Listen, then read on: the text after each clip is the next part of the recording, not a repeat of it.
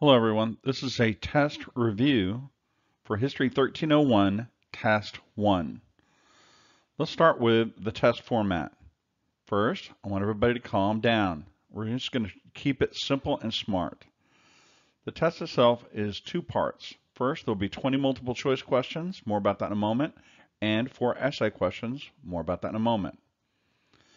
If you look along the right side of the slide here, you'll see that you're going to need a blue book. That's what they look like right there.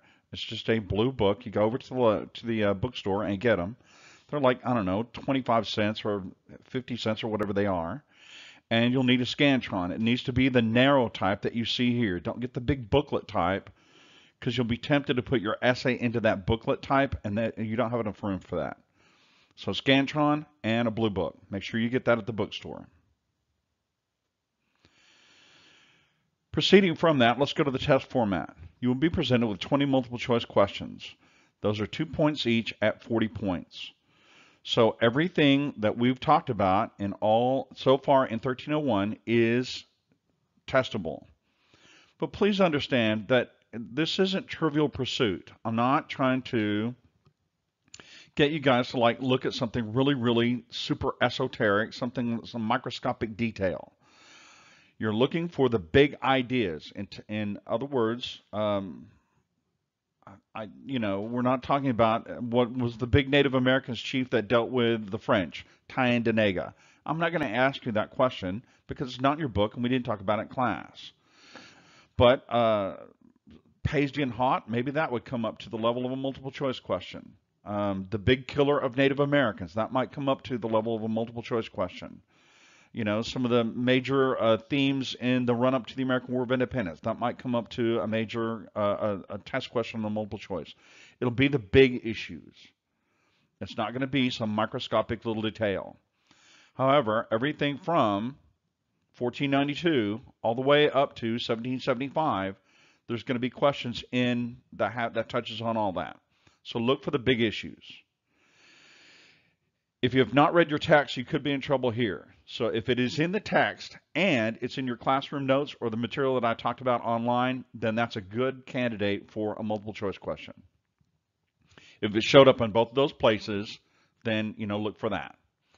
So 20 multiple choice questions, 40 points each, comprehensive, but it's limited to the section under examination. Now please listen to me carefully. Don't get hung up on the multiple choice. Don't get hung up on them. Get through them, burn through them as quickly as you can. The points are in the essays.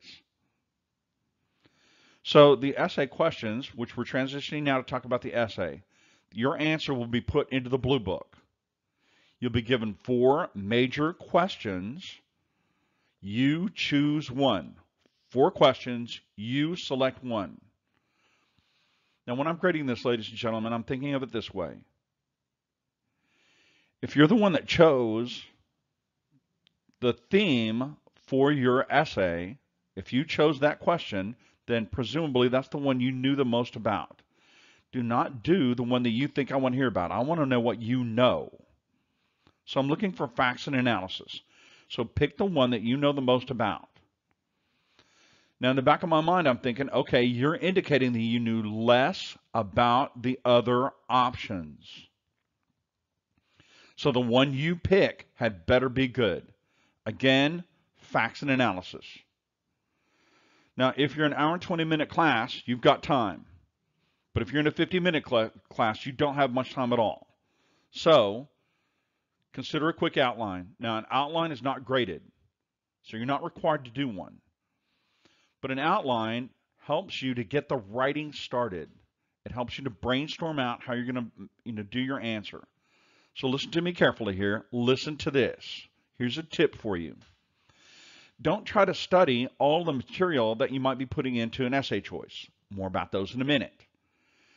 Figure out how to do a quick outline and then use that to jog your memory. Okay? So just a bubble type, just a circle with a major topic on it, and then, number 1 over here, line, and then here's the first paragraph. Then another major topic over here, second paragraph. Another one over here, third paragraph. Another one over there, fourth paragraph. until you just get it real fast. Just brainstorm it out. That's the best way to do an outline. Again, don't get hung up on an outline because you got to do the writing, which takes a long time. Then I'm looking for an intro paragraph. Listen, thesis statement. That's what you're really after. A thesis statement, and tell me what you're going to tell me. Be direct. Don't get hung up on it. So give me a thesis statement, which is tell me what you're going to tell me. Then this essay will contain these various paragraphs. I'll talk about this, I'll talk about that, I'll talk about the other. Yes? Finally, you're going to need to start the writing. 3 to 50 body paragraphs, not a typo. What I'm trying to drive at here, ladies and gentlemen, is I want you to keep writing. Your grade depends on what you put into this essay, so tell me everything you know on the topic that you select. That will be in your instructions. Your instructions will say, tell me everything you know on the topic that you have selected. So I get the question all the time, how long does it have to be? Facts and analysis, that is the answer. In the time permitted, be as thorough as you can. Don't get bogged down in storytelling. Don't go off onto some wild tangent. Facts and analysis. Here are the major themes on this topic that you're going to answer. Facts and analysis. Keep it short and sweet and direct. Do you need dates? Dates are good facts, so put as many in as you can. Do you need names? Names are good facts. Be as accurate as you can be. But it's the major ideas that I'm looking for. Don't get bogged down in microscopic little details.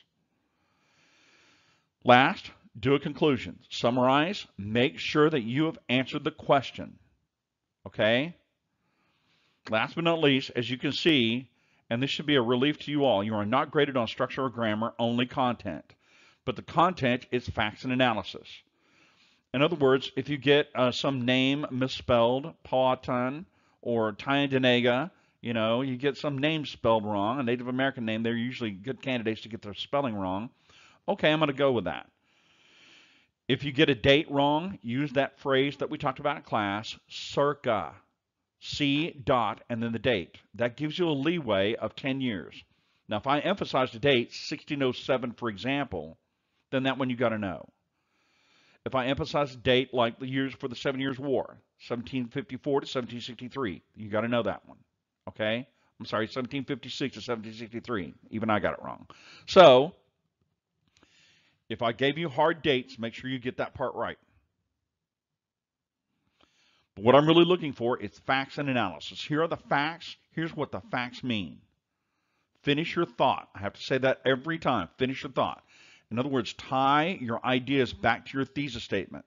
How do the things that you put into this essay tie into your thesis statement? Of facts and analysis.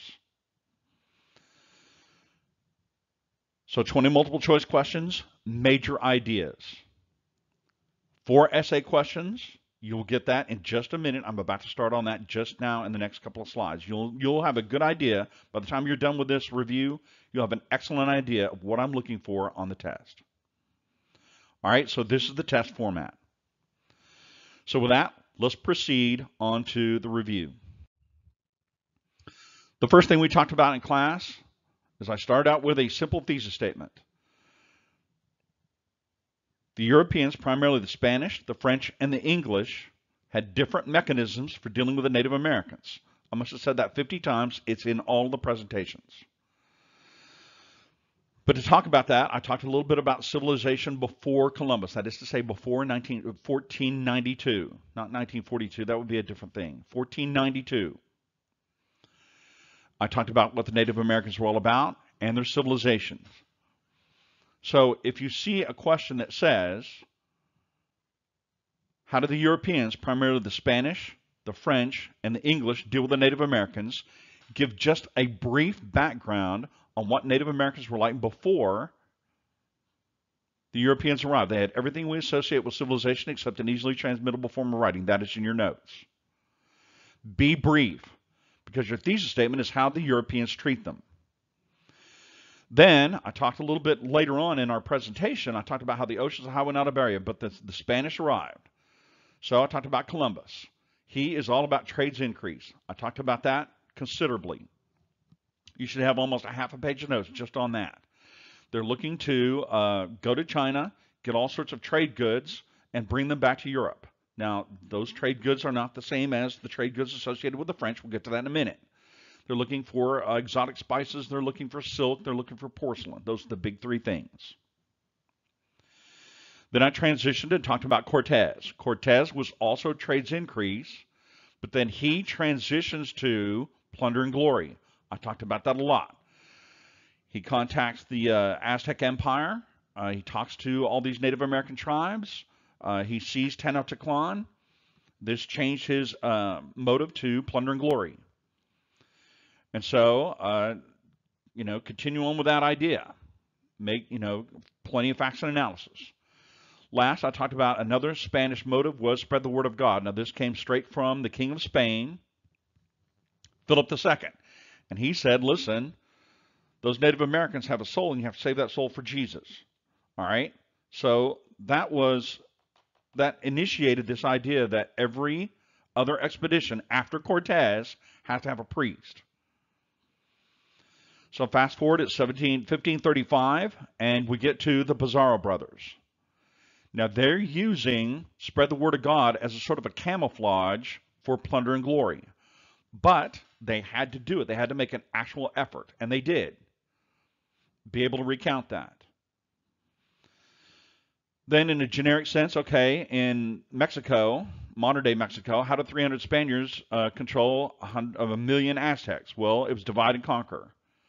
Continuing on from that idea, how did Pizarro brothers, how did they control 1 million Inca in South America?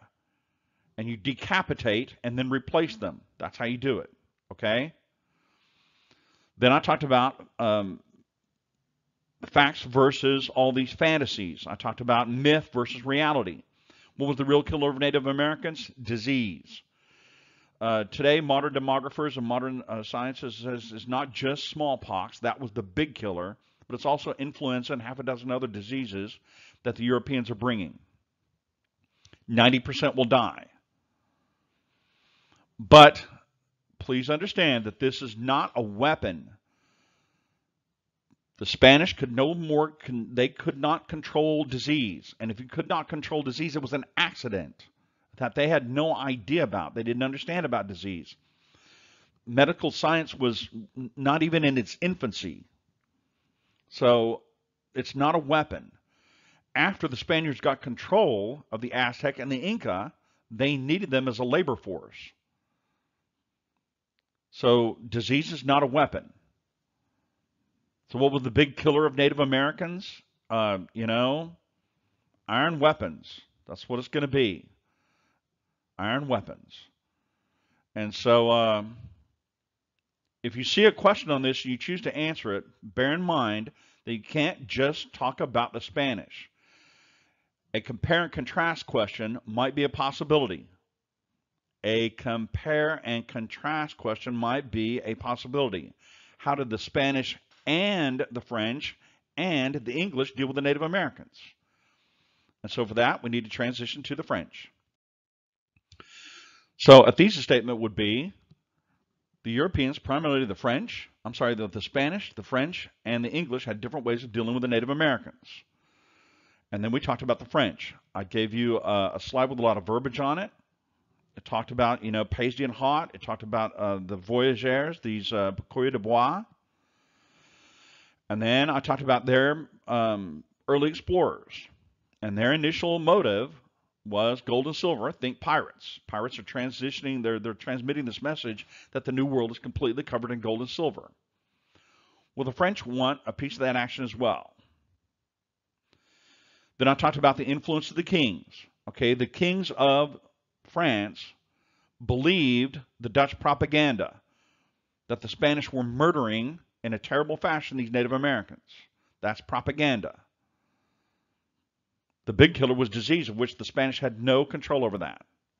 And then they needed the Native Americans to work the land. But the Dutch were saying, no, the Spanish are murdering these Native Americans in vast numbers. So the French kings were influenced by that Dutch propaganda, and they said, we're not going to have anything to do with that. They told their explorers, if you meet one of these Native Americans and they say that they are the leader of a great people, then you have to treat them that way. If you make a deal with them, you have to honor that treaty or that deal as with any other European. So from the start, the French interaction with the Native Americans was completely different. Everybody agrees with this. I talked about a few of the explorers there. I talked about Cabot. I talked about La Salle. I talked about Champlain. And I talked about the last of the Spanish, the last of the French. I talked about all these French explorers. Just check your notes. So what characterizes the French experience in North America? It is a mutually beneficial relationship based upon the fur trade. The fur trade, okay? The French are getting furs. This is an economic argument. Use economic language. They want furs because that is very, very desirable back in Europe. They can make a lot of money on furs, which is a product that the Native Americans, they don't put any value on that at all because they can get it at any time. Versus what the French are bringing. Remember your list of trade goods. You're going to need it here. Iron pots and pans, knives and hatchets, brightly colored cloth, brightly colored beads, musket shot and powder. Okay? Those are your trade goods. And what unifies all these trade goods is these are things that Native Americans cannot make for themselves. That means that they are in high demand by the Native Americans. But the French were like, okay, yeah, this is just common, ordinary, day-to-day stuff. So each side thought they were kind of taking advantage of the other side. So be prepared to talk about that. Later on, and I have down here in your review, 1620s to 1763, okay, this will turn into a military relationship, mostly to fight the English. So this will turn into a military relationship, mostly to fight the English. But in 1763, as you already know, the French will be out with the Treaty of Paris, 1763. That's going to be at the end of the French and Indian Wars. Okay? So with that in mind, let's transition to the English, bearing in mind that this is a compare and contrast. So you have to compare this to what the Spanish were doing. And now you're going to compare what the Spanish and the French were doing to what the English were doing. For the English, their experience in North America starts with gold and silver. Think pirates. The pirates are saying, listen, there's gold and silver in the New World. Just go get it. Knock somebody on the head, take their gold and silver. But their main motive going forward is going to be land equals money. I talked about that extensively.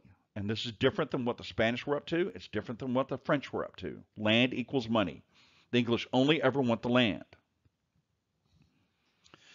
I'm not big on dates. 1607 you need to know. The English are going to arrive in Jamestown, 1607. Short description. Talk about some of the individual issues, the various types of colonies. Be prepared to talk about that a little bit. Captain John Smith, if you don't work, you don't eat. Later it'll be called Dale's Law. That's in your textbook. The big money maker is going to be tobacco. Now, tobacco is an agricultural product, and so for that you need more land. They're always after the Native Americans to get more land. I talked about in 1619 the arrival of women, the arrival of the first Africans, not slaves, but Africans, and I did talk about slavery later. The growth of the population, the government. But more importantly, I talked about Native American affairs. Think of that 5-step process. Encroachment, Native American reaction, a war breaks out and the Native Americans are initially successful. The English come back with teamwork and technology. Teamwork allows the English to fight in the winter. Technology is guns. Last step, wipe out the Native Americans, grab the land, and the cycle begins again. Now, if you see an essay on this issue and you choose to do it, that should be the last thing that you write about with the English. How they had this cycle. An example of that is King Philip's War. That's a good example of it. But usually by this time, when you're writing the essay in class for the test, you're running out of time. So be brief. But your conclusion should say, so I've shown you how the Spanish, the French, and the English had different ways of dealing with Native Americans. Now, we also talked about King Philip's War. We talked about Bacon's Rebellion. We talked about the Glorious Revolution in America, the issues surrounding the Dominion of New England. Now, those could all rise to the level of a multiple choice question. All those minor issues that make up the Spanish experience, those could be multiple choice questions. All the issues that have to do with the French, that could rise to the level of multiple choice question. All the issues that make up the English experience, that could be a multiple choice question. For example, when did the English begin their experience in North America? Jamestown, 1607. That is a multiple choice question. It could be. So Bacon's Rebellion, what was the big issue that makes Bacon's Rebellion so critical? Who's going to pay for war? Who's going to pay for defense? Glorious Revolution America, 1688, that is the Dominion of New England. What was the issue all about? Who's going to pay for defense, or how was defense going to be done in North America? That could be a multiple choice question. Okay? So it's the big issues like that. It's the big issues. Those could be multiple choice questions. So when you're studying for this, and if you have failed to watch the online material, you could be in trouble. But when you're studying for this, these are the things you need to be looking for. All right? So with that in mind, let's move on to the next major issue. Now, I talked about middle colonialism. These are major issues. I talked about demographics, population, how the population begins to grow as we're going into 1700. I talked about this extensively. In the 16 teens, the population was just a few hundred. 1640s, the population was just a couple of thousand. But by 1700, we're getting very close to 1 million. So this is an enormous population growth. The whole time, we're pushing the Native Americans inland. I talked about lifestyle issues, taverns. I talked about that, the role of women, proprietary colonies, education, newspapers. The John Peter Zenger case, that could rise to the level of a multiple choice question. That could easily rise to the level of a multiple choice question. But then I talked about triangular trade. Now this could rise to the level of an essay question. An essay question could be something like, what are the triangular trades? What are their destinations? What are the major products that are involved? Who is involved in this? And so this is an economic, as I talked about on the online portion, this is an economic question. The moral part is clear, and I understand the moral part. But in order to examine triangular trade and what it really means, it's all about economy. So the triangular trade is the origins of Western economy. That's your thesis statement right there. Triangular trade is the origins of Western economy, not an alien Western economy or an earlier one. It's the one we have now. This is where the Western economy that you and I understand today began. So we start in Europe. What are the role of Europe? What are the trade goods? How many slaves do they actually get? Less than 1%. Where do the trade goods come from in Europe? Why are those trade goods important in Africa? Remember, these are the same trade goods, but they're just going from Europe. Some are going to the New World directly. We talked about that, especially with the French. But then the same identical trade goods, with the addition of cowrie shells and mirrors, are also going to Africa for the same reason. These are things that the Africans cannot make for themselves. Iron pots and pans, knives and hatchets, brightly colored cloth, brightly colored beads, musket shot and powder. And I talked about why these are important in Europe and how easy they are to make in Europe and why they would be important in Africa. So then you have to go to Africa. Our three destinations are Europe. All of Europe is involved in the slave trade. Then Africa, you have to explore this thoroughly. And then the New World. Okay, those are your three destinations. The New World is North, Central, and South America. So your next destination is start in Europe. It's just logical. Then go to Africa. You have to explore this thoroughly. Again, if you don't feel that you are comfortable with exploring slavery in Africa, then avoid this question altogether. I'm not pushing you towards a question on triangular trade or away from it, an essay question. But if you don't feel like you can explore slavery in Africa, then don't do this question, because you have to explore this thoroughly. Here's where the individual slave originated. I pointed out in the online portion, most of them were prisoners of war. And why war? You have to control regions in order to control grass, in order to feed cattle, which is the wealth, the symbol of wealth in Africa. And the losers in those low-level perpetual wars, they are the slaves. Your book wants to talk about how they're criminals or this, that, or the other, but the numbers won't. The numbers don't support that. So a chief then has slaves, and an African dealer comes into his village, into his kingdom, and says, listen, I have all these trade goods, and all I want is slaves. And so they make that deal. And so the African dealer goes back to the coast. Explore how the Europeans cannot go to the interior. I gave you several good reasons on that. They've got to get an agent, an African agent, to go to the interior. He takes the slave goods, makes the trade, and comes back to the coast with the slaves. So that's the origin of the individual slave, the role of the chief, the slave goods, African traders. Talk about the role of the Europeans in this. Issues that limit the Europeans. Talk about it. Then, ladies and gentlemen, the next step is we've got to get the slaves from Africa to the New World, and that is the Middle Passage. It is a place, and it is an event.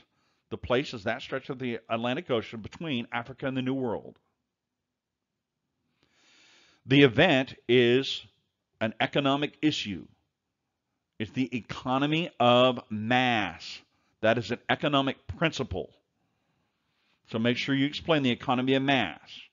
We're not taking small ships with small quantities of slaves.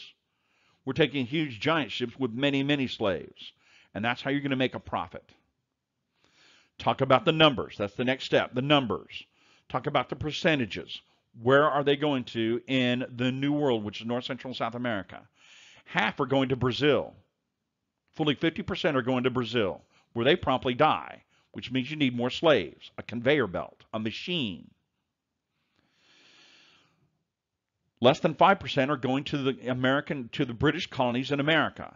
Everybody thinks all the slaves are coming to America. That's not true. They've got 4.6% of the slaves. That's it. 43% are going to go to the Caribbean. That should be in your notes. Talk about the treatment of the slaves. Talk about their life expectancy. And the facts and analysis here. What's important here? We always need more slaves. A constant conveyor belt of more slaves.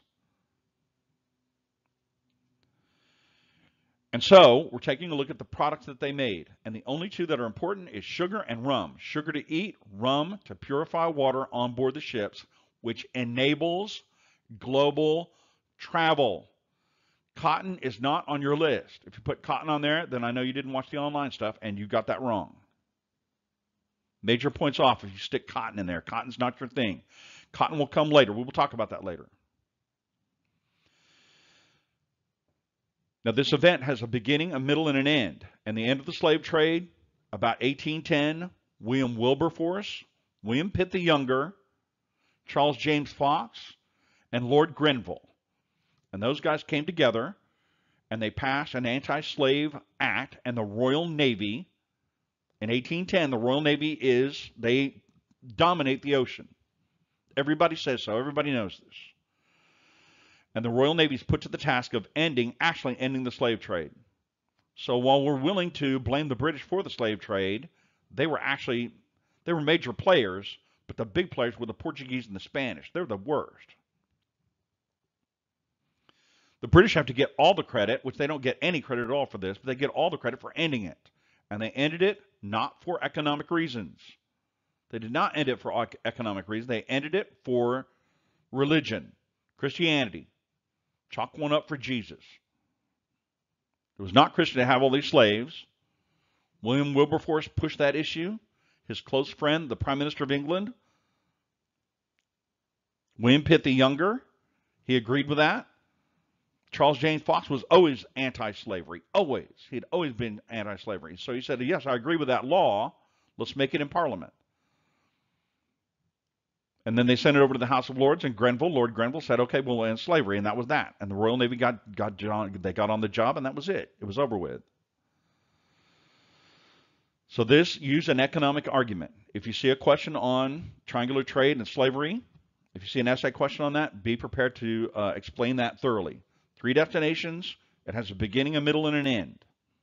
Talk about the numbers. Talk about the people. All right, with that, we go back to North America, really, American history, and we talk about some of the major events that are going on there. So, late colonialism. I did talk about the underlying causes of the 7 Years' War.